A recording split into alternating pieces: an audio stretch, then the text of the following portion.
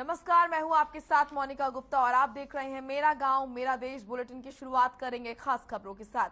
खबर चंडीगढ़ से है, जहां बिजली मंत्री रणजीत सिंह चौटाला ने एक बड़ा बयान दिया है। उन्होंने कहा है कि प्रदेश में बिजली कटौती की परेशानी शुरुआती 2 दिनों में आई थी, लेकिन अब ऐसी कोई भी दिक्कत नहीं आएगी। प्रदेश में 7700 मेगावाट की मांग है, जिसमें से 6500 मिल रही है, जबकि 1200 मेगावाट टाटा से खरीद की बात चल रही है।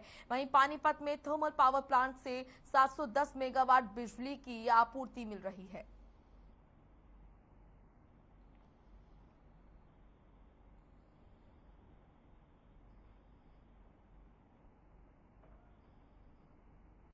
सब थर्मल ऑन है। पानीपत में हमारे 3 में अलग अलग यूनिट मिलके 710 मेगावाट है। 250 एक 210 है। हमारा 710 मेगावाट वहाँ से मिली है। यहाँ हमारा यमुनानगर में 300 के 2 है, 600 मेगावाट है, वो में मिल रहा है। खेदर में हमारी 2 यूनिट है, जिनमें एक 600 हमारा चल रहा है। एक का जो रोटर है वो चाइना से आना है, वो अभी लॉकडाउन में नहीं आ रहा, तो एक वो हमारा चल रहा है। बाकी हमें जो है इनसे मिल रही है आपका क्या कहते हैं CLP झज्जर से 600 मेगावाट हमें कल मिल जाएगी। टोटल हम पे 6500 मेगावाट है। और हमारी जो इस वक्त कंजम्पशन आ रही है, रात को जब सारी ज़्यादा तेज़ होती है, दिन में तो इतना नहीं रहता, तो 7300 आप समझो 7700 मेगावाट हुई है। बताया चाहे हमें 12 रुपये लेनी पड़े, 12.5 रुपये लेनी पड़े, लोगों को गर्मी नहीं मरने देंगे। हमारा डिपार्टमेंट 2000 करोड़ रुपया प्रॉफिट में जा रहा है। हमारा सबसे कम लाइन लॉस है गुजरात के बाद, 13.46 है, 13.46। तो हमें हमारा प्रॉफिट 2000 से हम 1700 करोड़ हो जाएगा, 1800 करोड़ हो जाएगा, पर लोगों को गर्मी में तकलीफ नहीं आने। बहुत बढ़िया चल रहा है जी। हमारा जो नया है, एक तो हमने सब सिस्टम जो है ऑनलाइन कर दिया। किसी को भी बीच में कोई डिस्ट्रिक्ट जेल वाला या जो कैंटीन के जो ठेके लेते थे, वो सब काम बंद हो गया। अब तो एक ही ऊपर से सीधा टेंडर है, सब ऑनलाइन है। जो सबसे कम रेट रहेगा, हाई पावर परचेज कमेटी बैठती है, उसमें लेते हैं। उसमें CM भी बैठते हैं, मैं भी बैठता हूँ, हमारे DGP बैठते हैं, होम सेक्रेटरी बैठते हैं। तो बड़ी टोटल ट्रांसपेरेंसी है। कहीं इधर उधर का कोई जो पहले के जो सिस्टम थे वो जीरो कर लिया।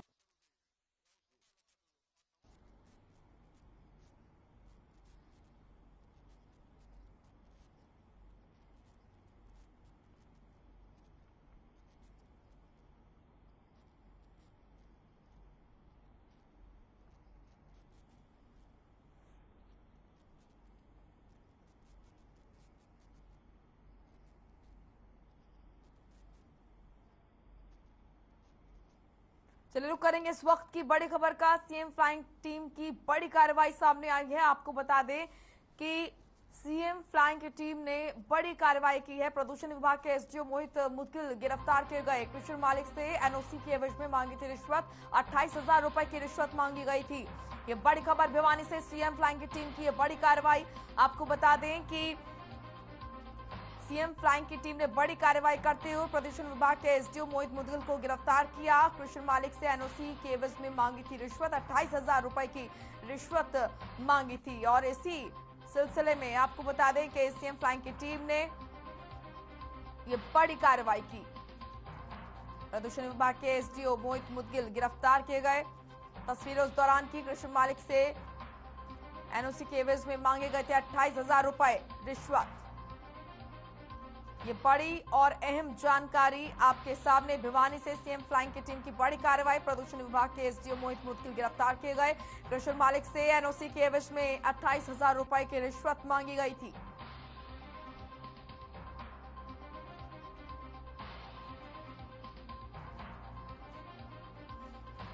तो ये बड़ी और अहम जानकारी आपके सामने। आपको बता दें कि रिश्वत मामले में SDO को गिरफ्तार किया गया। 28,000 रुपए NOC के एवज में रिश्वत मांगी गई थी। सीएम फ्लाइंग की टीम ने बड़ी कार्रवाई करते हुए SDO को गिरफ्तार किया।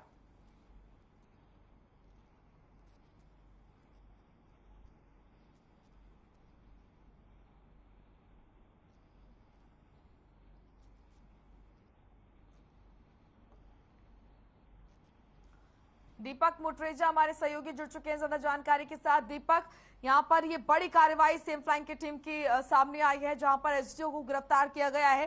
कैसे ये रिश्वत का जो मामला है इसका खुलासा हुआ और कैसे फ्लाइंग टीम ने इनको पकड़ा?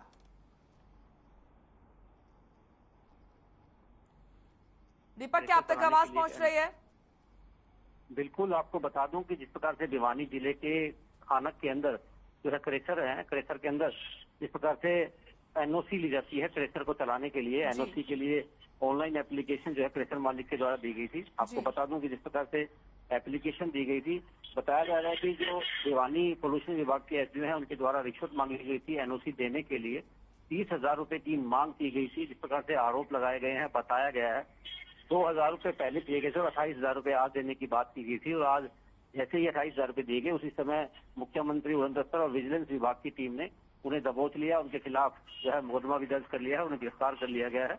आपको बता दूं कि जिस प्रकार से बताया जा रहा है कि 28,000 रुपए के ऊपर जो है विजिलेंस विभाग की टीम ने रंग लगा करके उन्हें दिए थे और बाद में जब आरोपी जिन्हें पकड़ा गया है मोहित मुदगिल के, उनके हाथ धुलवाए गए तो हाथों जो है रंग उनके हाथों पे लगा हुआ था और वो सारा पानी जो है वो लाल हो गया था। जी, तो कहीं ना कहीं रंगे हाथों यहाँ पर एसडीओ को पकड़ा गया है रिश्वत लेते हुए। और क्या कुछ यहाँ पर और क्या खुलासे हुए हैं? क्या इस तरह की रिश्वतखोरी और भी होती है डिपार्टमेंट में? क्योंकि कई बार देखा जाता है कि बड़े बड़े अधिकारी जो हैं इस तरह के मामलों में लिप्त होते हैं।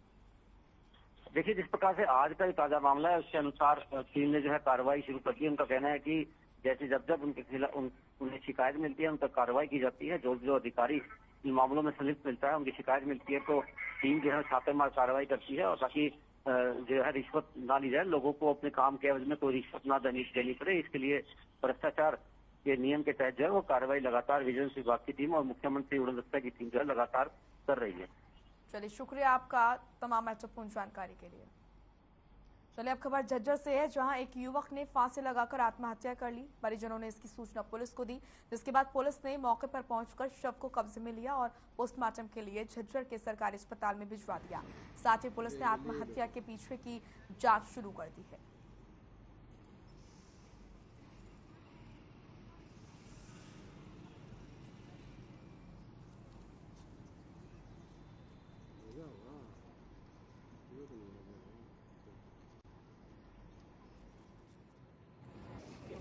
कंट्रोल रूम झज्जर से सूचना प्राप्त हुई थी सुबह और के कारण मनीष सन्नो बलराज आरो माता गेट झज्जर निवासी ने फांसी का फंदा लगाकर अपनी जीवन लीला समाप्त कर ली, जो हम जीएच झज्जर में पहुंचे, जिसका नियम अनुसार पोस्टमार्टम करवाया जा रहा है। परिवार वालों ने अपनी खुद की अपनी दरखास्त दी है, उसी दरखास्त के उसी आधार पर पोस्टमार्टम करवाया रहा।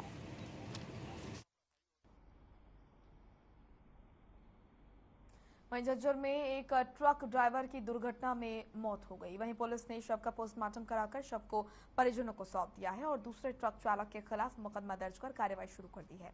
आपको बता दें कि यहां पर संगरूर जिले का रहने वाला एक ड्राइवर माल सप्लाई करने के लिए चला था। शाम के समय वो सड़क किनारे खड़े एक दूसरे ट्रक से नीचे आराम करने लगा, लेकिन थोड़ी ही देर बाद ही दूसरे ट्रक ने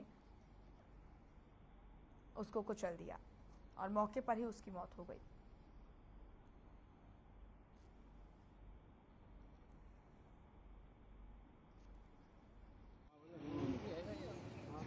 कल ये आए थे मलेरकोटला से चले थे यहाँ, तो दादरी के पास अंबर कंपनी है, उसका लोड था इनकी गाड़ी में। ये बंदे दिन में आराम करने के लिए साथ में एक ट्रक खड़ा था, उसके नीचे लौट गया था, आराम कर रहा था। वो गाड़ी वाले ने जैसे ही कंपनी से फोन आया, उसने बिना देखे गाड़ी चला दी, इसके सिर के ऊपर से गुजर गई। एक गाड़ी है RJ नंबर जो ट्रक है, उसका ड्राइवर है जय सिंह, उसके खिलाफ पर्चा।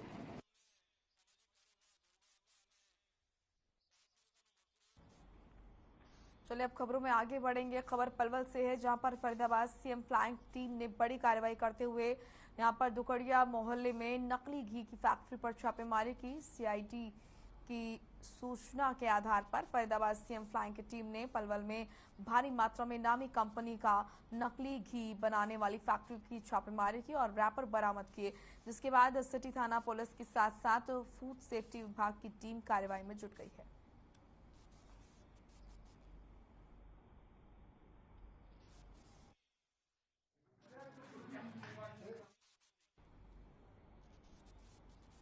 तो नकली घी बड़ी मात्रा में बरामद किया गया। सीएम फ्लाइंग की टीम ने ये बड़ी कार्रवाई करते हुए छापेमारी की। इस फैक्ट्री में नकली घी की फैक्ट्री पर छापेमारी की गई। झज्जर जिले के बहादुरगढ़ सेक्टर 28 में पानी की किल्लत को लेकर कॉलोनी वासियों ने प्रदर्शन किया और प्रबंधक के खिलाफ जमकर नारेबाजी की। प्रशासन से पानी की किल्लत को दूर करने की मांग कर रहे हैं। स्थानीय कॉलोनी निवासी अपनी समस्या को लेकर एसडीएम से मिलने पहुंचे। आपको बता दें कि बहादुरगढ़ के लाइन पार्क क्षेत्र में सेक्टर 28 में पिछले 5 दिनों से पानी की सप्लाई नहीं हो रही है, जिसकी वजह से स्थानीय लोगों को काफी परेशानियों का सामना करना पड़ा, जिसको लेकर लोगों ने प्रबंधक के खिलाफ लाइन पार्क थाने में शिकायत दी और अधिकारियों से कहा कि जल्द से जल्द कॉलोनी वासियों की पानी की समस्या को दूर किया जाएगा।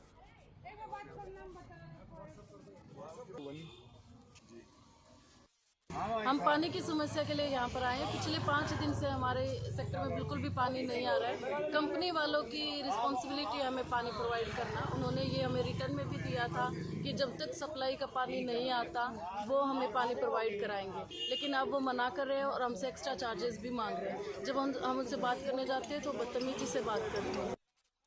5 दिनों से पानी की सप्लाई फुल ऑन बंद कर रखी है। घर में पानी का एक टपका नहीं है। बोरवेल का पानी चला के हम लोग अपना काम करें, उसी के लिए हम यहाँ पे आए हैं कि हमें पानी प्रोवाइड करा जाए।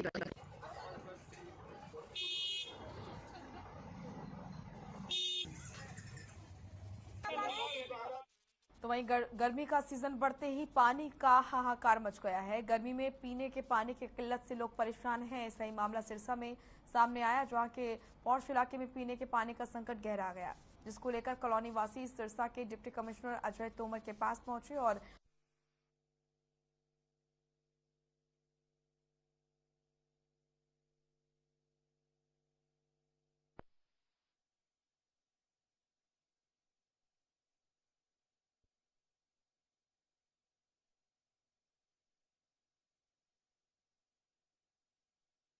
इस दिनों से पानी की समस्या गंभीर रूप धारण किए हुए है। हम पहले एससी साहब से मिले थे। एससी साहब ने हमें आश्वासन तो दिया भी पानी चलता रहेगा, पानी कम नहीं होने देंगे, लेकिन उन्होंने ये बताया कि आपका जो ब्लॉक है, एफ ब्लॉक है, वो हुड्डा के पास था। हुड्डा से आगे इस कमेटी के पास आ गया और कमेटी ने आगे हैंड ओवर नहीं किया, इसलिए हम इसके बारे में इतना कार्रवाई नहीं कर सकते। इस पर्टिकुलर रिलेटेड हमने ग्रीवांस में मैटर रखा था और उस समय हमारे माननीय मंत्री कमल गुप्ता जी ने भी पब्लिक हेल्थ इंजीनियरिंग डिपार्टमेंट के सभी ऑफिशियल को बहुत स्ट्रिक्ट ऑर्डर दिए थे कि पीने के पानी की सप्लाई जो है लगातार चलती रहे, साल से फंडामेंटल रहे। उसी के रिगार्डिंग पब्लिक हेल्थ के ऑफिशियल भी यहाँ पे पूरी तरीके से कार्य कर रहे हैं और जो भी ट्यूबवेल वगैरह में कमी आ जाती है उसको जल्दी ही ठीक कर रहे हैं।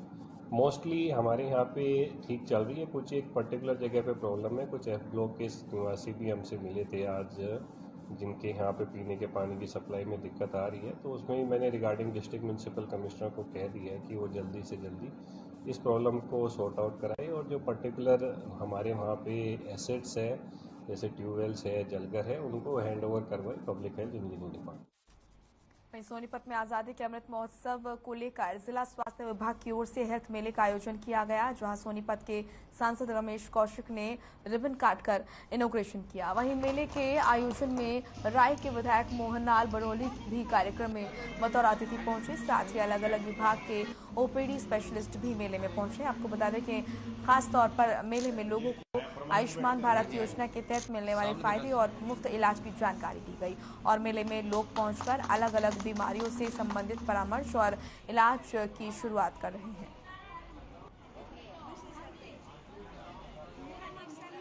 आज़ादी का ये अमृत महोत्सव का 75वां वर्ष है।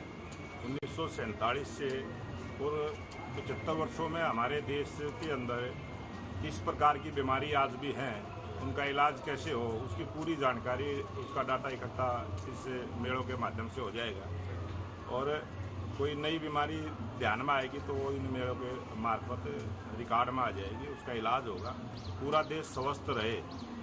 इस प्रकार की योजना लोकप्रिय प्रधानमंत्री नरेंद्र मोदी जी की है, उसी के तहत ये मेला। आज़ादी के अमृत महोत्सव के ऊपर एक ये हेल्थ मेला सोनीपत शहर में रखा गया है। ये इसके अंदर हमने काफ़ी स्पेशलिस्ट को बुलाया है और लोगों को हेल्थ की जो भी स्कीम्स हैं गवर्नमेंट की उसके बारे में हमने अवेयर कराया है। और हमारे एमपी साहब, एमएलए साहब जो डिस्ट्रिक्ट सोनीपत के हैं, उन लोगों के द्वारा हमने इनॉग्रेशन कराया है। प्रधानमंत्री जी के आह्वान पर जो 75 वर्ष आज़ादी के हुए हैं उसका अमृत महोत्सव के उपलक्ष्य में हर ब्लॉक लेवल तक हम ये मेला लगाने जा रहे हैं। हमारे सोनीपत डिस्ट्रिक्ट में 8 लगेंगे और उसके बाद 3 हमारी दूसरी पार्लियामेंट है उनमें भी सपूतों जुलाना जी उनमें अभी ये पूरे प्रदेश में ही नहीं पूरे देश में ये प्रोग्राम बना। सोनीपत में संयुक्त किसान मोर्चा सोनीपत इकाई ने मिनी सचिवालय के बाहर पहुंचकर प्रशासन के खिलाफ प्रदर्शन किया और सरकार के खिलाफ जमकर नारेबाजी भी की। वहीं अपनी मांगों को लेकर किसानों ने कहा कि किसान आंदोलन में किसानों पर हुए मुकदमों की सरकार वापसी करे और यहां पर एमएसपी को लेकर कमेटी गठित करने के साथ साथ संयुक्त किसान मोर्चा के लोगों को कमेटी में शामिल करने की भी मांग की है, जिसके लिए किसानों ने जिला उपायुक्त को ज्ञापन सौंपा है।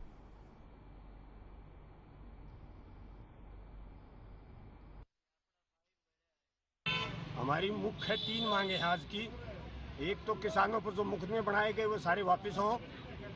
एमएसपी की जो कमेटी आज तक नहीं बनाई है उस कमेटी का गठन तुरंत हो और किसान संयुक्त मोर्चे के सदस्य उसमें शामिल किए जाएं।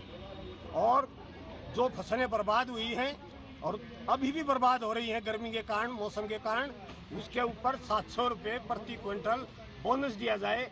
इन 3 मांगों को लेकर किसान संयुक्त मोर्चे के आह्वान पर आज हम डीसी कार्यालय पर ज्ञापन देने के लिए आए हैं। संयुक्त किसान मोर्चे की तरफ से पूरा हफ्ता 11 से लेकर 18 तक पूरा हफ्ता मनाया गया है और उसमें पहली मांग हमारी ये है कि भाई जो एमएसपी है उसको कानूनी दर्जा देना चाहिए। अभी तक सरकार ने ये वायदा किया था कि भाई हमें एमएसपी पर कमेटी बनाएंगे, अभी तक कमेटी सरकार ने नहीं बनाई है और उसको तुरंत कमेटी बनाई जाए। कैथल के उपायुक्त प्रदीप दहिया ने कहा कि आजादी के अमृत महोत्सव की श्रृंखला में श्री गुरु तेग बहादुर जी का 400वां प्रकाश पर्व का आयोजन 24 अप्रैल को पानीपत के सेक्टर 13-14 के ग्राउंड में होगा और जिला भर में सभी समुदाय के लोग इस पावन पर्व में पहुंचेंगे और गुरु की महिमा का गुणगान सुनेंगे। इस कार्यक्रम में श्रद्धालुओं को लाने और ले जाने की व्यवस्था प्रशासन की तरफ से की गई है। इसके लिए सभी संबंधित एसडीएम अपने क्षेत्रों में नोडल होंगे और पूरे कार्यक्रम के नोडल सीईओ जिला परिषद रहेंगे।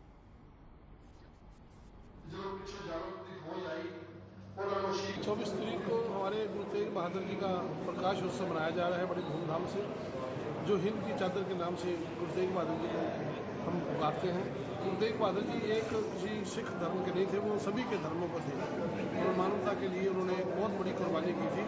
उनकी कुर्बानी को आज तक भी हिंदू में लोग याद करते हैं और मेरे ख्याल में जितने गाँव में मुझे जाने का अवसर मिला है वहाँ पर हमारे समाज के साथ साथ जो हिंदू वर्ग है वो ज़्यादा इस बात में खुश है कि हम भी उनके प्रकाश उत्सव पर 400 साल में हम 24 तारीख को पानीपत की उस धरती पर पहुँचेंगे। और मैं इसलिए सभी से आज अपना कैथल जिले में सभी इलाके से जो मेरे अधिकारी आए हुए थे सबके सामने यही निवेदन किया है कि हम बढ़ चढ़ कर हिस्सा लें और सारे के सारे अपने अधिकारी के साथ में सरकार के कहने पर वो साथ लेकर चलेंगे। हरियाणा के हर इलाके से, हर गांव से, हर श्रद्धालु आने की वहां पर कोशिश करेगा और मैं तो आज कैथल में अभी सारे जिले के सभी अधिकारियों के बीच में यही डिप्टी कमिश्नर के सामने यही अपील की है कि हमारे सभी ब्लॉक स्तर पे जो गांव हैं, हमारे गुरुद्वारा साहिबान हैं, वहाँ ग्रंथी हैं, वहाँ के प्रेसिडेंट हैं, उन सभी को साथ लेके और हम उनको लेके चलेंगे। और उससे पहले सबसे पहले ये कोशिश होगी जो हमारे ऐतिहासिक गुरुद्वारे हैं। खबर अब रेवाड़ी से है, जहां दखोरा गांव के रहने वाले किसान अनिल कुमार ने प्रदेश भर में अपनी सब्जी उत्पादन की गुणवत्ता में पहला स्थान प्राप्त किया है। आपको बता दें कि प्रदेश सरकार के उद्यान विभाग की तरफ से 9 से 11 अप्रैल तक करनाल के घरौंडा में सब्जी एक्सपो का आयोजन किया गया था, जिसमें कृषि मंत्री जेपी दलाल के साथ ही इजरायल दूतावास से भी लोग मेले में पहुंचे थे। वहीं अनिल कुमार का कहना है कि किसान अच्छे से जानकारी लेकर खेती करे तो जैविक खेती से भी पूरा उत्पादन हासिल किया जा सकता है। बागवानी डिपार्टमेंट ने मेरे को एक कंपोस्ट यूनिट का एक सब्सिडी दिया दूसरा सर एक रोटोवेटर का सब्सिडी दिया, उससे मेरे को थोड़ी सी सपोर्ट मिला आके भाई गवर्नमेंट, हरियाणा गवर्नमेंट किसानों के प्रति संवेदनशील है और मदद करती है, तो उससे मेरे को थोड़ा हेल्प मिला। तो मैं सोचा यार कोई नहीं, झटका लगा है, ज़िंदगी में झटके लगते हैं, पीछे नहीं हटना। फिर मैं सर पीछे मुड़ के नहीं हटा, मैं चला तो मैं आगे देख के चला, तो धीरे धीरे रूटीन आज मैं। चलिए अब खबर अंबाला से है, जहां कोरोना के चौथे लहर को देखते हुए शहर के ITI सेंटर में वैक्सीनेशन कैंप चलाया गया। कैंप में मौजूद डॉक्टर अदिति ने बताया कि आज ITI सेंटर में 12 से 14 वर्ष के बच्चों को वैक्सीनेट करने के साथ साथ 15 से 17 साल के बच्चों को भी वैक्सीनेट किया गया है और साथ ही 60 साल के ऊपर के लोगों को यहां पर प्रिकॉशन डोज भी दी गई है।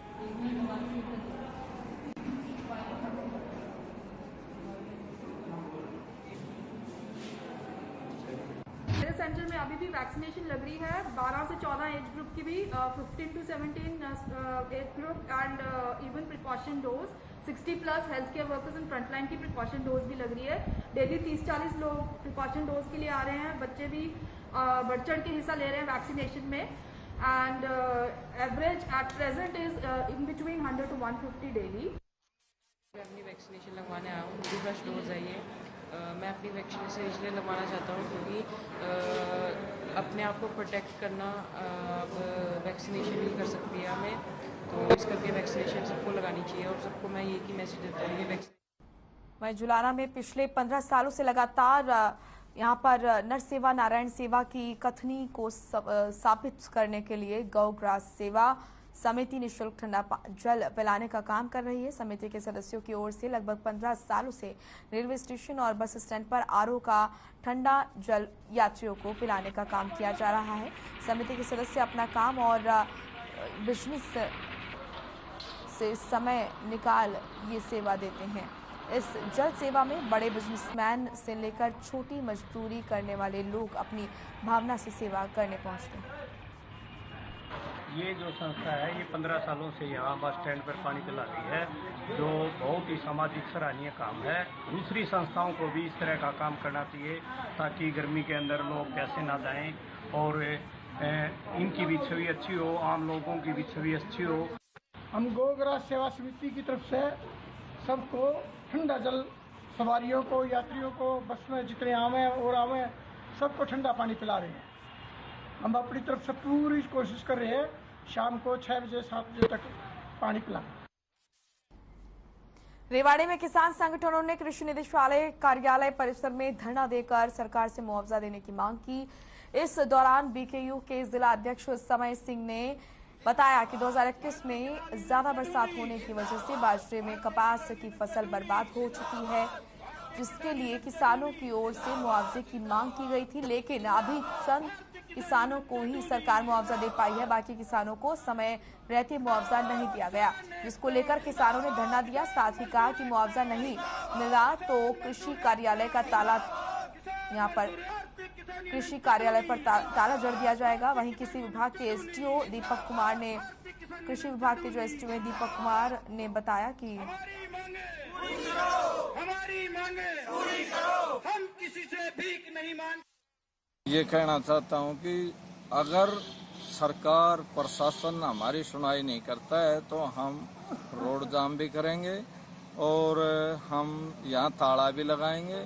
और मैं ये कहना चाहता हूँ अगर हमारी भावनाओं को ठेस पहुँचाया तो हम कहीं भी हद तक जा सकते हैं। अगर हमारी भावनाओं के प्रशासन और सरकार इज्जत देगी तो हम उनके साथ हैं, इज्जत से पेश आएंगे और हमारा जो है मुआवजा कपास का और बाजरे का खराब हुई फसल का मिलना चाहिए, जो कि 31 मार्च को ड्यू हो जाता है। पिछली साल जो इतनी भारी भयंकर बाढ़ आई और पानी से कपास की फसल और बाजरे की फसल बिल्कुल तबाह हो गई, जिससे किसानों को पैसे बीमा के रूप में काट लिए गए। इनकी डेडलाइन 31 मार्च तक की है।